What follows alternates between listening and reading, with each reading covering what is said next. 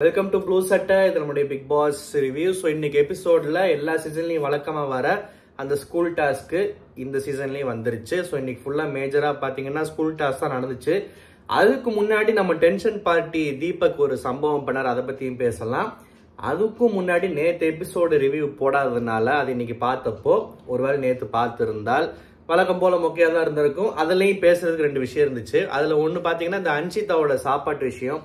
என்னை யாருமே சாப்பாட்டு விஷயத்துல குறை சொல்லாதீங்கன்னு சொல்லிட்டு ரொம்ப எமோஷனான அன்ஷிதா வந்து சம்பந்தமே இல்லாம யதார்த்தமா எதர்ச்சியா பசங்க வந்து ஒரு பசியில அன்னைக்குதான் ஸ்வாப் ஆகி வந்திருக்கு, அந்த பொண்ணு நம்ம டீம்ல இருக்குன்றத மறந்துட்டு சாப்பிட ஆரம்பிச்சிட்டாங்க போல.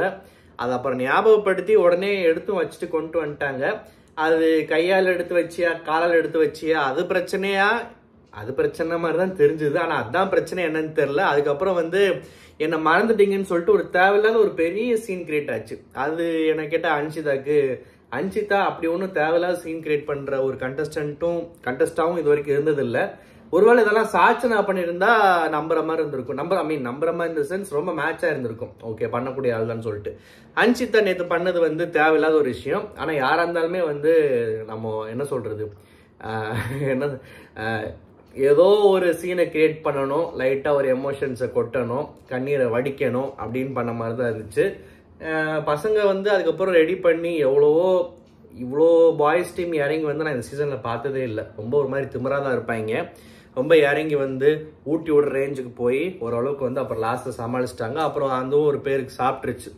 ஸோ இது ஒரு விஷயம். அப்புறம் இன்னொன்று வந்து ஒருத்தர் வந்து இந்த பிரெக்னென்ட் உமன்லாம் வந்து இப்பயே வாங்கி வச்சிருப்பாங்க.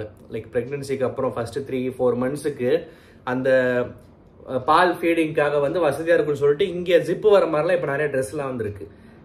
பிரெக்னென்ட் உமனாச்சும் வந்து ஜிப்பு வச்சிருப்பாங்க, ஃபீட் பண்ணும் போது தான் ஜிப்பை திறப்பாங்க, திரும்ப மூடிடுவாங்க. ஆனால் உள்ள ஒருத்தர் வந்து இங்கே தாய்ப்பால் விற்கப்படும், தாய்ப்பால் இலவசம்ன்ற மாதிரி திறந்த வெளியா திரியிறாரு. அவர் வந்து என்ன பண்றாரு, பொண்ணுங்களை இப்படி உட்கார்ந்தா ஒரு மாதிரி இருக்கு, அப்படி ஆக்கடா இருக்கு, அதை பார்த்து எனக்கு இப்படி ஆயிருச்சு அப்படி ஆயிருச்சுன்னு சொல்லிட்டு ஒரு பெரிய ப்ளூ ஃபயர் அப்படின்னா ப்ளூ தீன் கூட சொல்லலாம்ல, அந்த மாதிரி வந்து ஒரு பிஹேவியர் பண்ணிக்கிட்டு இருந்தாரு. ஒரு பத்தினி வேஷம், நல்ல வேஷம் போட்டிருந்தாருல. சரி, நல்லவன் பத்தினி எல்லாம் வேற. அதாவது வந்து என்ன சொல்றது, அதாவது அவருக்கு வந்து ஒரு பொண்ணு வந்து ஒரு ஹாஃப் சாரி கட்டிட்டு இப்படி கால் தூக்கி கால் இப்படி போட்டு உட்கார்ந்ததே வந்து பாவம், அவரோட கருப்பு போயிருச்சான். அந்த அளவுக்கு ஒரு சீன் கிரியேட் பண்ணாரு. ஆனா அவரோட லட்சணம் வந்து வீட்டுக்குள்ள வந்ததுல இருந்து எல்லாருமே சொல்லிட்டு தான் இருக்காங்க. உள்ளுக்குள்ள இருக்கிறவங்களுக்கும் இப்ப தெரிஞ்சிருச்சு. அதையும் தாண்டி இந்த மாதிரிலாம் வந்து ஃபேஷன்ன்ற பேர்ல கண்ட கருமத்தையும் பிச்சைக்காரன் மாதிரி ஏதோ போட்டு, பிச்சைக்காரன் கூட இந்த மாதிரி கேவலமா போட மாட்டான். அவனாவது பாவம் கிடைக்கிற பிச்சையிலையாவது ஒரு நல்ல சட்டை வாங்கி போட்டுருவான். இந்த மாதிரி கேவலமா இருக்காது. அதனால இவர் வந்து சும்மா போட்டுதான் பரவாயில்ல, சும்மா போட்டுதான் கலாய்ச்சி விட்டுருப்போம்.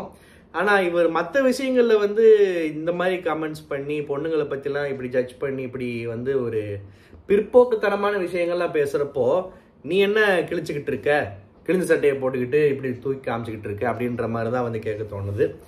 சரி, இன்னைக்கு எபிசோட்ல பார்த்தா இந்த நம்ம டென்ஷன் பார்ட்டியான தீபக் என்ன பண்ணிட்டாரு, பிசிக்கல் டாஸ்க்குன்றதை பொறுத்த வரைக்கும் நானே என்னோட பழைய ரிவ்யூலாம் சொல்லியிருக்கேன். சில பிசிக்கல் டாஸ்க் பற்றிலாம் கமெண்ட்டே பண்ணக்கூடாது. பிகாஸ் நம்ம இங்கே உட்காந்துட்டு என்ன வேணுமாலும் பேசலாம், அங்கே இருக்கிறவனுக்கு தான் தெரியும் எவ்வளோ கஷ்டம். உண்மையாகவே பாராட்டணும், ஹேட்ஸ் ஆஃப், இப்பெல்லாம் நிறைய பேசியிருக்கேன்.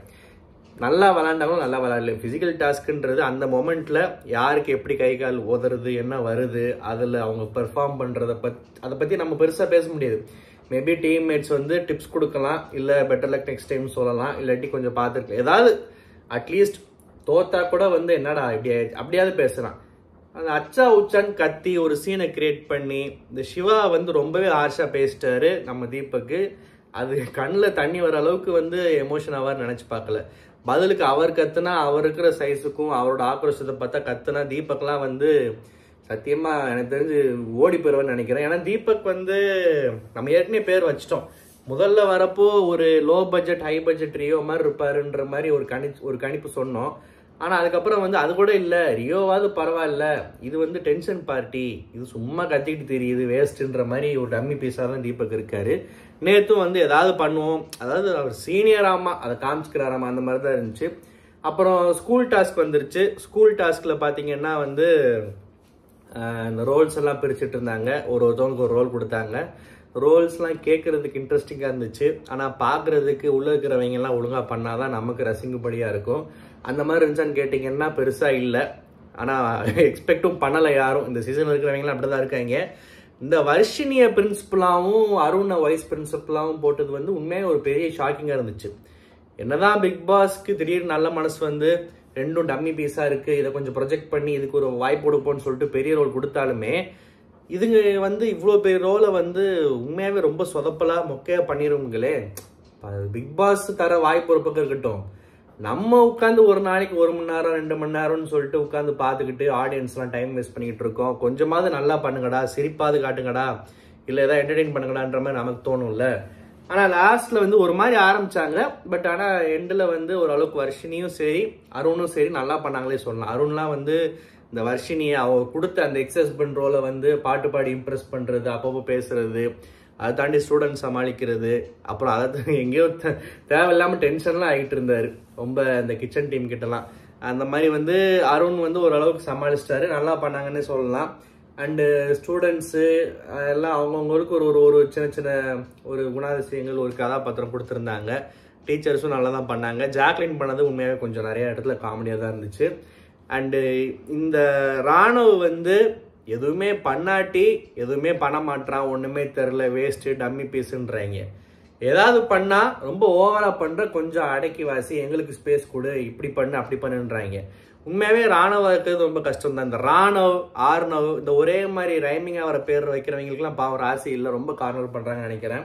இந்த ராணுவ வந்து என்னை கேட்டால் ரொம்ப பொறுமையாக இருக்காப்புல மனுஷன். இவ்வளோ கார்னர் பண்ணுறாங்கன்னு தெரிஞ்சுமே வந்து எமோஷன்ஸ் காட்டாமல் முடிஞ்ச அளவு தாண்டி அதை தாண்டி வரலாம், எப்படியாவது நினச்சி நிற்கலான்னு ஆசைப்படுறாப்புல. அதெல்லாம் நல்லா தான் இருக்குது. ஆனால் இன்னைக்கு வந்து கொஞ்சம் ஓவர் ஆக்டிங் பண்ணிட்டாரு, மற்றவங்களுக்கு ஸ்பேஸ் இல்லை அப்படின்னு சொல்கிறாங்க. ஆனால் முத்து சொன்னதில் ஒரு பாயிண்ட் இருந்துச்சு. லாஸ்ட் பெஞ்ச் ஸ்டூடெண்ட்டுன்னு சொல்லிட்டாலே வந்து அவன் என்னமோ புறம்போக்கு தற்கூரி உருப்பட மாட்டான், எதுக்குமே ஒன்றுத்துக்கு உதவாதன்னு அர்த்தம் கிடையாது அப்படின்னு அவர் சொல்ல. நான் சொல்கிறேன், ஒன்றுத்துக்கு உதவாதவன்ற அர்த்தம் கிடையாது. அவனுக்கு சில திறமைகள் இருக்குது, எப்பயுமே விளையாடிக்கிட்டு இருக்க மாட்டான். லாஸ்ட் பெஞ்சுன்றது ஒரு இதுதான், கொஞ்சம் கெத்தாக இருப்பான், கொஞ்சம் சேட்டை பண்ணுவான். ஆனால் அவனும் ஒரு ஸ்டூடெண்ட்டு தான். சில இடங்களில் அவனுக்கு சில திறமைகள் இருக்கும், சில கிளாஸில் நல்ல பேர் வாங்குவான், சில டீச்சர்ஸ்க்கு அவனையும் பிடிக்கும், பிடி சாருக்கெல்லாம் பிடிக்கும். அந்த மாதிரிலாம் வந்து நிறைய விஷயம் சொன்னாப்புல. ஸோ அந்த ஒரு ஸ்கோப்புக்குள்ள நேச்சுரலாக பண்ணாமல் கொஞ்சம் ஓவராக லாஸ்ட் பெஞ்ச் ஸ்டூடெண்ட்னா என்ன வேணாலும் பண்ணலாம், அவுத்து விட்டு மாடு மாதிரி லவ் பண்ணலாம், அது பண்ணலாம், இது பண்ணலாம், கிளாஸில் பங்க் பண்ண என்னென்னமோ பண்ணலான்னு சொல்லிட்டு எல்லாத்தையுமே இவர் எடுத்து பண்ண ஆரம்பிச்சுன்னு நினைக்கிறேன். அதனால தான் டிப்ஸ் கொடுத்தாங்க. அதை அப்படி கொடுத்ததோடு விடாமல் ஒரு கட்டத்தில் எல்லாருமே பேசுகிறப்போ என்ன இருந்தாலுமே பாவம் ஒருத்தர் எமோஷன் ஆக தானே செய்வான். ஸோ அது வந்து கொஞ்சம் இன்னைக்கு கொஞ்சம் காண்டாயிட்டப்னு நினைக்கிறேன். திடீர்னு அன்சிதா சௌந்தர்யா இவங்களுக்குள்ள ஒரு பிரச்சனையாச்சு. ஆனால் ராணுவ வந்து இப்படியே அமைதியாக இருந்தால் செட் ஆகாது, கொஞ்சம் திரும்ப பேசணும், திரும்பி அடிக்கணும், தன்னோட ரோலையுமே வந்து கொஞ்சம் கரெக்டாக நேச்சுரலாக பண்ணணும். ஆனால் இன்னைக்கு ராணுவ வந்து அட்லீஸ்ட் சத்தமாக வச்சு நீ பேசுவேன்ற ஒரு விஷயம் வெளியே வந்ததே வந்து ஒரு பெரிய விஷயமா இருந்துச்சு.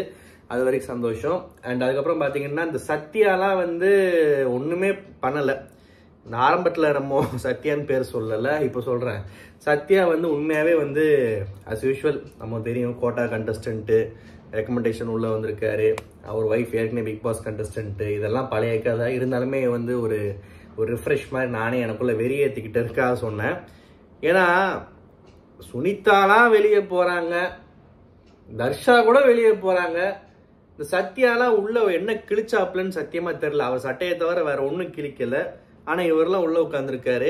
அண்டு ராணுவ கிட்ட வந்து இரிட்டேட் பண்ணாத, அங்கே போ இங்கே போ, ஏதோ வந்து ஒரு விஷயம் பண்ணார், அதை கேட்டால் ரோலுக்குள்ளே பண்ணதா சொல்லி சமாளிச்சிருவாங்க. எனக்கு என்னமோ ரொம்ப ஒரு மாதிரி காண்டாகி உச்சக்கட்ட கோவத்தில் கொஞ்சம் விட்டா ஒரு கைகலப்பாக இருக்குமோ. ஏன்னா பிடிச்சி தள்ளின மாதிரிலாம் நிறைய பண்ணார், தள்ளிலாம் விட்ட மாதிரிலாம். ராணுவ வந்து கேரக்டருக்குள்ளே இருந்துக்கிட்டாப்புல. சத்யா வந்து அந்த இடத்துல கேரக்டரில் இருந்த மாதிரி தெரில, கேரக்டர்ன்ற பேரில் சமாளிக்க ட்ரை பண்ணி ஏதோ பண்ண மாதிரி தான் இருந்துச்சு. பயங்கரமாக ஆளு கோவம் மட்டும் வருது. ஆனால் என்ன மற்ற விஷயத்தில் மற்றவங்கள பேசுகிறப்போ அந்த லட்சணம் எங்கே போகுதுன்னு தெரில. ஸோ சத்யாவெல்லாம் வந்து தயவு செஞ்சு நாமினேஷனில் வந்தால் சீக்கிரம் அனுப்பிடுங்க. இல்லாட்டி நான் என்ன சொல்கிறேன்னா, இந்த ஓட்டிங்லாம் போகிற போக்க பார்த்தா அடுத்து ரியாவோ இல்லை மஞ்சரியோ இல்லாட்டி புதுசாக வந்தவங்கள யாரோ ஓரளவுக்கு வெளியே தர்றவங்கலாம் அனுப்புகிற மாதிரி தான் இந்த ஓட்டிங் காட்டுது. என்ன ஆயிடுது, இந்த டீம் வச்சு நல்ல மாஸ் ஓட்டிங்கு பிஆர் அது இதுன்னு சொல்லிட்டு என்னென்னமோ சொல்றாங்க. நம்ம எப்பயுமே அதை பத்தி பெருசா கண்டுக்கிட்டு பேசுனது இல்லை. ஏன்னா இது என்னையில இருந்தோ வந்து மக்களின் ஷோன்னு சொன்னாலுமே வந்து அங்க அவங்க முடிவு பண்றதான்றது கிட்டத்தட்ட தெரிஞ்சிருச்சு. ஆனா ஒரு மாதிரி ஒரு பின்பத்தை உருவாக்கிடுறாங்க. இப்ப சௌந்தர்யா கூட வந்து நல்ல பிளேயர்னு சொல்றாங்க. ஆனா இந்த சீசன்ல யாருமே வந்து ஒரு முத்து, என் கண்ணுக்கு முத்து, விஷால் கூட சேர்த்துக்கலாம். நெகட்டிவிட்டி இருந்தாலுமே அதுவும் ஒரு முகம் தானே, எதோ காமிச்சு பண்ணிக்கிட்டு இருக்க. ஜாக்லின், அப்புறம் ஆரம்பத்துல தர்ஷிகா, அதுக்கப்புறம் இப்ப கொஞ்சம் டவுன் ஆயிடுச்சு. ஆரம்பத்துல தர்ஷிகா, சுனிதா, அன்ஷிதா, இந்த மாதிரி வந்து சில பேர்ல உண்மையாவே வந்து ஓரளவுக்கு ஓகே, ஏதோ ட்ரை பண்றாங்க. ஆனா இந்த சத்யாக்கெல்லாம் எப்படி ஓட்டு வருது, அதே மாதிரி வந்து சௌந்தர்யாக்கு இவ்வளோ ஓட்டு வந்து இவ்வளோ பாப்புலாரிட்டி வர அளவுக்கு அப்படி என்ன அந்த பொண்ணு பண்ணிருச்சு அப்படின்லாம் சத்தியமா புரியல. இவங்க ஆரம்பத்திலேயே வந்து ஃபர்ஸ்ட் டே சேவ் ஆறாங்க, செகண்ட் டே சேவ் ஆறாங்க, இவ்வளோ ஓட்ஸா அவ்வளோ ஓட்ஸான்ட்டு ஒரு பின்பத்தை உருவாக்கிடுறாங்களா. அதனால மற்றவன் என்ன செய்யறான், அப்ப ஏதோ நல்லா விளையாடுறது போல இருக்கு, நிறைய பேருக்கு பிடிச்சிருக்கு போல இருக்கு. நிறைய பேருக்கு பிடிச்சிருக்குன்னா அப்ப ஏன் பிடிச்சிருக்கு, நமக்கும் அப்ப பிடிக்கும்ல அப்படின்ற மாதிரி அவங்களே தன்னை கன்வின்ஸ் பண்ணி ஒரு மாதிரி வந்து கண்ணை கட்டி காட்டில் விட்ட மாதிரி தெரியுறாங்க.